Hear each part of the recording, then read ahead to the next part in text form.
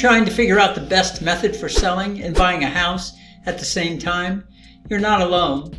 Hi, I'm Chris Buteau, a mortgage broker in Bothell, Washington, and in this video I'm going to explain why this is such a difficult problem to solve, and then I'm going to try and help you clearly understand 6 of the main strategies for solving this problem by describing those strategies briefly and ranking them in 4 different categories to help you choose which one is best for your situation. But real quick, I want to tell you about some recent clients of mine who faced this exact problem and how thinking through the options strategically saved them tons of money and tons of stress. So I knew these clients, let's call them the Smiths, were hoping to move soon, but we hadn't looked at their financials together, and they were planning to sell their house first and then get pre-approved and start shopping after they sold. They had just assumed, since they needed the equity from their current house in order to buy the new house, that they would just need to sell first, even though that meant the possibility of being homeless for a time. But suddenly a house popped up that they loved, and they wanted to do everything they could to make a strong offer right away, even though their house wasn't sold or even on the market for that matter. Okay, we'll get to what we did to help the Smiths, but this story just raises a really obvious question right away. Why were they even in this situation in the first place? If people do this literally every single day, shouldn't there be a tried and true obvious solution that the Smiths knew about already? Why haven't you been able to read a simple article that makes you go, oh, that's how you do it, and go on with your day, problem solved? There are 2 reasons you're having such a hard time wrapping your mind around the solution. First, just think about it like this. You're trying to get hundreds of thousands of dollars out of one house into another without knowing how long it would take to sell the old and find the new and get an offer accepted. It's not a problem that just solves itself after a few seconds of pondering in your head. It's just a very complicated logistical challenge. But the second reason it's such a difficult problem to solve is something a lot of people don't realize. The reality is that your resources, your savings, the equity in your house, and your income, they're all much different from the next person watching this video, or from the Smiths. There are several great solutions out there, but the solutions are all very specific to each different situation.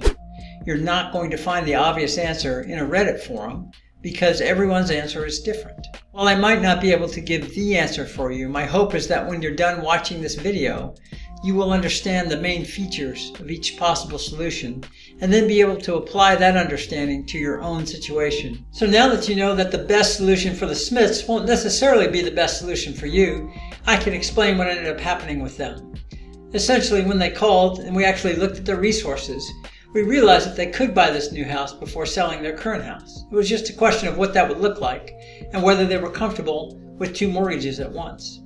For context, a lot of people might have cash at least to make a small down payment on the new house, but then they might not have the income to qualify for 2 mortgages at once.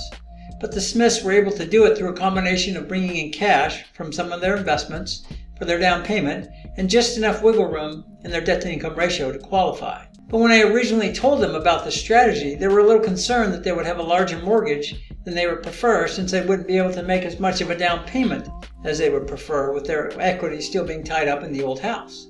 And what I showed them is that they can just pay down their loan amount significantly or even entirely shortly after they sell the old house. So it would only be for a short time that they'd have the large mortgage. And if you're wondering, they don't need to do a refinance into a completely new mortgage to do that. There are ways of paying the mortgage down really easily without changing your rate or getting a new mortgage. That worked great for the Smiths, but it might not be an option for you. And even if it is an option, how do you know if it's the best option? I'm going to help you think through that by briefly explaining what's involved in each of the main methods of solving this problem, and then ranking them in 4 categories: convenience, cost, lower, I'll explain that when we get there, and accessibility. So here are the 6 different methods I'm going to walk through: contingent offer, backdoor bridge, private money, sell and shop, rent back, drawing from other assets. Let's start with what might seem like the most intuitive solution, the contingent offer. So what's a contingent offer? Contingent offer is when you offer to buy a new house contingent on the sale of your existing home. And then what are the 4 categories? Convenience. Well, that's highly convenient, right? Because you're only moving once. And that's going to be one of the main convenience factors. You're only moving once because you don't buy unless you sell, and your contract is only executed if you sell. So you only move once. The cost is low because you only move once. One move, one mortgage. You're only paying your existing mortgage. You're not having to get a bridge loan or any of those other sorts of things. Lower, which means likelihood of optimal end result, is low. Okay, why is it low for contingent? Well, because you have limited seller acceptance of contingent offers. If you're in a seller's market or even a balanced market, you're going to be severely limiting yourself on the number of properties that are available to you who will be willing to consider a contingent offer. And then accessibility, that's another thing we're ranking them on is, what percentage of people can actually do that or would likely be able to do that? Well, most people are going to be able to do the contingent offer route, right? Because you're selling, divesting entirely of your old house, getting all the equity out, and having that all available to put down on a new home, qualifying with only one. So the next one is what I call the backdoor bridge. And a bridge loan is any sort of interim financing that gets you to the goal you want to get to, and the financing that you're using is interim, is meant to be short term. It's just a bridge to get you to where you want to go. And I call this a backdoor bridge because we used to have bridge loans that were more explicitly offered by lenders. Now we do what's called a backdoor bridge, and it's just a name I've given it. There's no program called this, but basically it's just you go out and get a home equity line of credit on your property. And I would actually recommend that anybody remotely considering buying in the future and perhaps buying first and then selling later, go get a HELOC now. Get one that's free. You should be able to do that.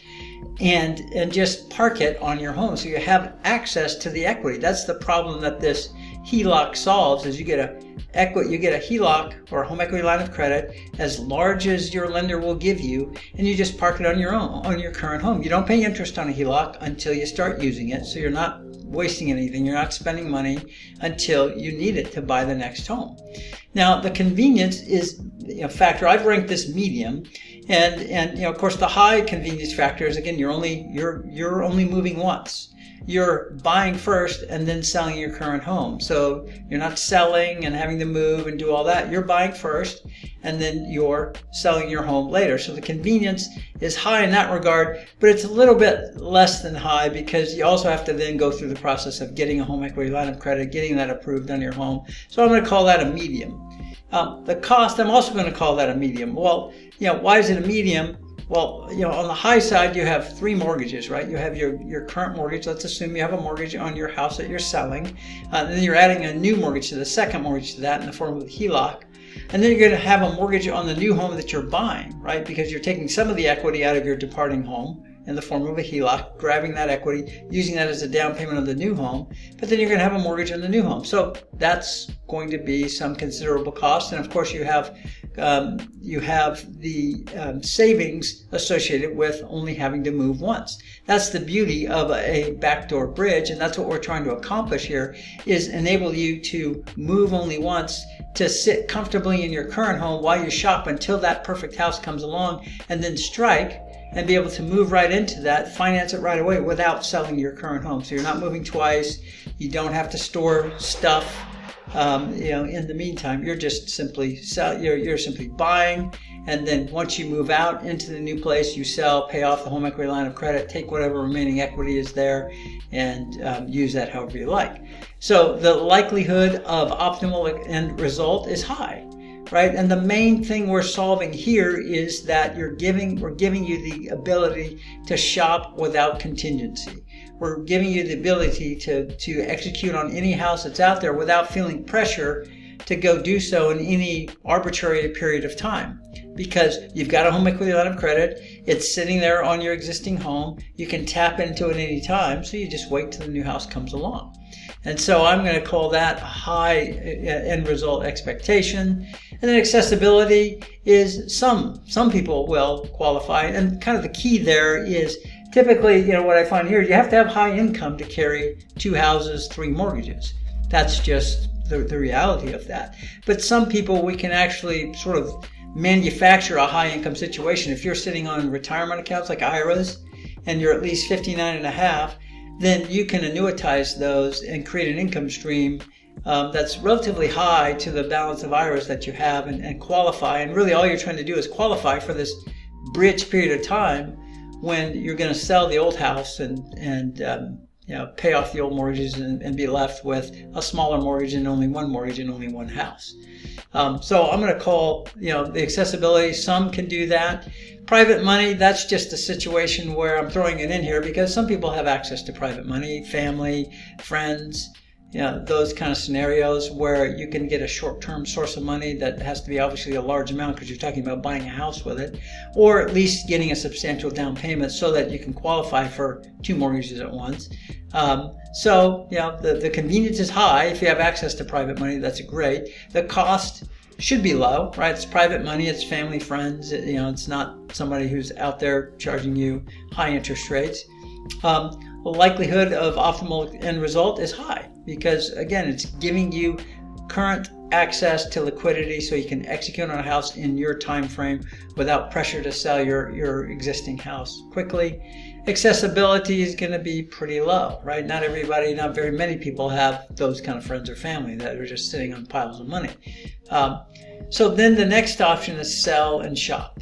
And that's really that's the with the contingency. That's the one that's most accessible, right? Everybody can do a contingent loan, and most anybody can do the sell and shop, right? You sell your current house and then you shop.